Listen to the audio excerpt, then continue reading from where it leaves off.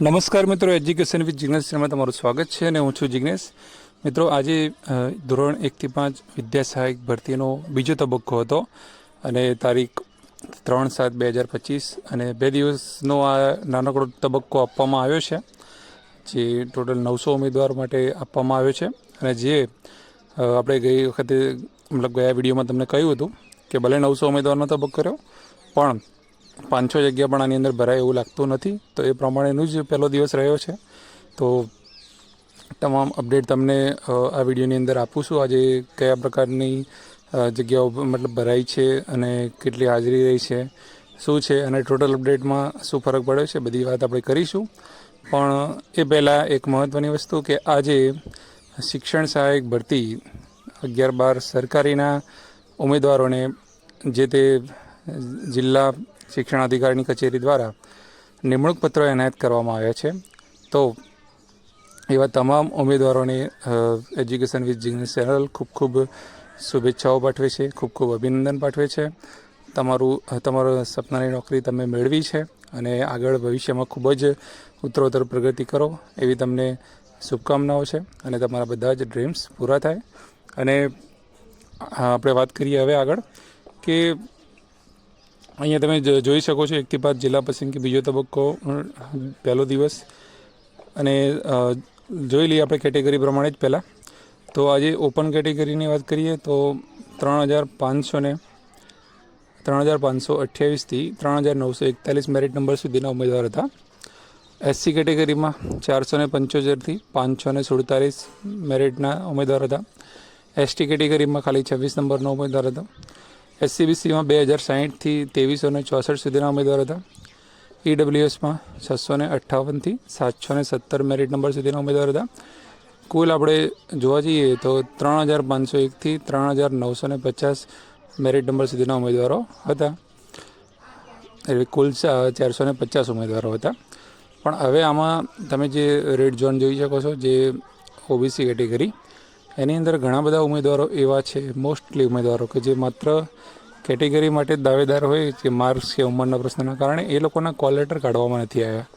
તો એકચ્યુઅલીમાં એવા કેટલા ઉમેદવાર છે એનો એક્ઝેક્ટ આંકડો નથી, પણ આપણે ગણી શકીએ કે કદાચ ઓબીસીના જેટલા પણ ઉમેદવારો છે એ ઉમેદવારોમાંથી મેક્સિમમ ઉમેદવારો એટલે કે 70થી 80% ઉમેદવારો જે છે એ ઓનલી કેટેગરીવાળા છે. હવે આપણે વાત કરીએ ઓપન કેટેગરીનું જે લાસ્ટ મેરિટ હતું એ 68.0012 હતું આજનું. એસસી કેટેગરીના છેલ્લા ઉમેદવારનું મેરિટ હતું 67.9940. એસટી કેટેગરીના ઉમેદવારનું મેરિટ હતું 68.0483.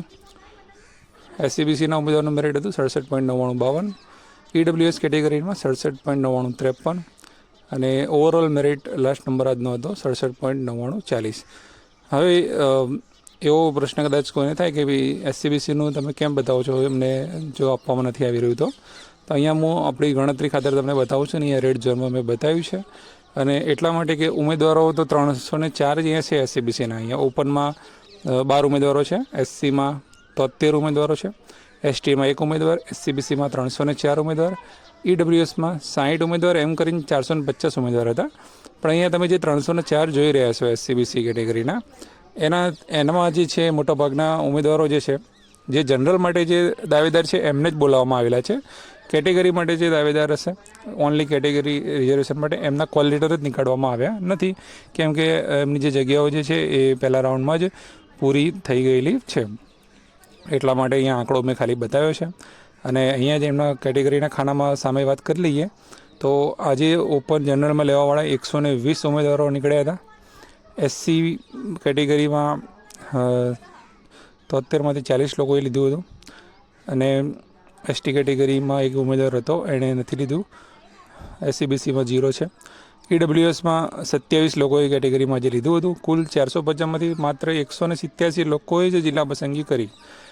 ટકાવારી પ્રમાણે આપણે જોઈએ તો 450માંથી 120 લોકો ઓપનમાં ગયા, એટલે ખાલી 26.67% જગ્યા ઓપનમાં ગઈ. અને એસસીમાં 73માંથી 40 ગયા, એટલે કે 54-55% લોકો જે છે એ કેટેગરીમાં લઈ રહ્યા છે હાલના તબક્કે. એસટીમાં અને એસસીબીસીની વાત નથી આની અંદર કરવાની આપણે. ઈડબ્લ્યુએસની અંદર 60માંથી 27 લોકો કેટેગરીમાં ગયા, એટલે 45% લોકો કેટેગરીમાં જાય છે. તો તમારો કદાચ તમે જો આની અંદર હોય અને તમારું કાઉન્ટ આ રીતનું થતું હોય, તમારો કોલ લેટર નીકળ્યો હોય એક્સેસ કે કોઈ બી રીતે, તો આ ટકાવારી પ્રમાણે કેટલી સંખ્યા થાય છે એ પ્રમાણે તમે તમારો પોતાનો અંદાજ લગાવી શકો છો.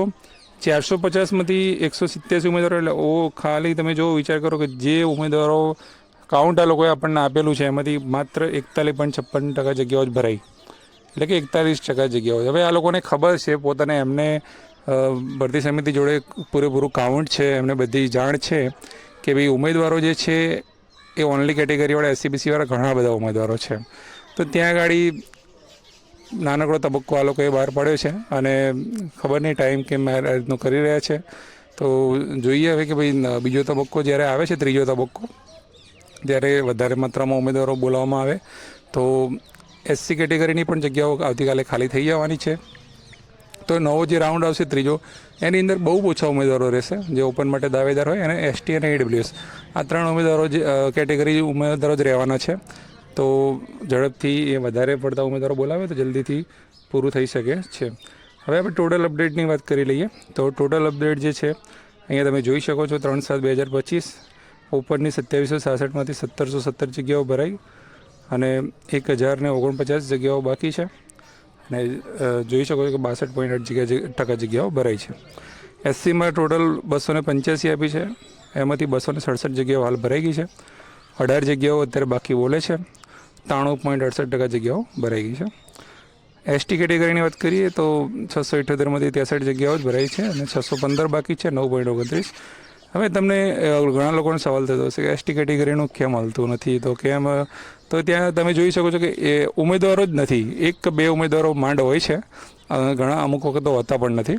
તો ST કેટેગરીમાં કેવું છે કે ગઈ વખતે જે પણ ભરતીઓ થઈ છે, જૂની ભરતીઓ, એની અંદર મેરિટ ઓલરેડી ખૂબ જ ડાઉન પહેલાં ગયેલું હતું. તો એના કારણે ઉમેદવારો ઓલરેડી નોકરી કરતા હતા અને આ જે જૂના ઉમેદવારો એની અંદર કોઈ જ નહોતા અને નવામાં પણ ઉમેદવારો છે જ નહીં. હવે પાછળ જે ઓછા મેરિટ ચાલુ થશે એની અંદર એ ઉમેદવારો છે, બરાબર છે. એટલે 66ના મેરિટથી તમે ડાઉન જશો ત્યારથી બધા ST કેટેગરીના ઉમેદવારો વધારે આવશે. હાલ આવી રીતનું જ રહેવાનું છે. આમાં SC/BCનું જે પૂરું થઈ ગયેલું છે 100%. EWS કેટેગરીની વાત કરીએ તો 502 જગ્યામાંથી 339 ભરાઈ છે અને 163 જગ્યાઓ બાકી છે. 67% જેવી જગ્યાઓ ભરાઈ ગઈ છે. ઓવરઓલ આપણે 5000માંથી 3155 ભરાઈ, 1845 જગ્યા બાકી છે. 63% જગ્યાઓ જે છે એ ભરાઈ ગઈ છે, બરાબર છે. હવે અમુક ઘણા પ્રશ્નો તમારા લોકોના હોય છે, ખાસ કરી તે પ્રશ્ન કે 1 થી 5ને હાજર ક્યારે કરશે કે 1 થી 8ને સાથે હાજર કરશે, તેની ચર્ચા અગાઉ આપણે કરી હતી. છતાં પણ કહી શકીએ કે ભાઈ એવું જરૂરી નથી કે 1 થી 8ને સાથે હાજર કરી, 1 થી 5ને પણ કરી શકે છે. એનું તાજું ઉદાહરણ આજનું જે છે શિક્ષણ સહાયકમાં તમે જુઓ કે 11-12 સરકારી વહેલા હાજર થઈ જશે અને 9-10 સરકારી પાછળથી હાજર થઈ જશે. તો ભરતી તો એક જ છે, બરાબર. DEOના અંડરમાં જ બધું આવે છે, તો એમને સિનિયરિટીનો પ્રશ્ન નહીં નડે. તો એવી જ રીતે 1 થી 5 અને 6 થી 8 પણ અલગ અલગ છે, તો એમને પણ અલગ અલગ હાજર કરી શકે છે. તો હવે આ બાબતનો કોઈ પ્રશ્ન થવો જોઈએ નહીં. વિડીયો તમને કેવો લાગે જરૂરથી જણાવજો. આવતીકાલના બીજા બધા આંકડા સાથે ફરીથી આવીશું. કોઈ કોમેન્ટમાં પ્રશ્ન હોય તો કોમેન્ટમાં જરૂરથી જણાવજો. અને આપણું જે ઇન્સ્ટાગ્રામ આઈડીની વાત કરી હતી એ પણ આપણે કોમેન્ટમાં આપેલું છે, તો જલ્દીથી જોઈન થઈ જજો. જય હિન્દ, જય ભારત. Thank you.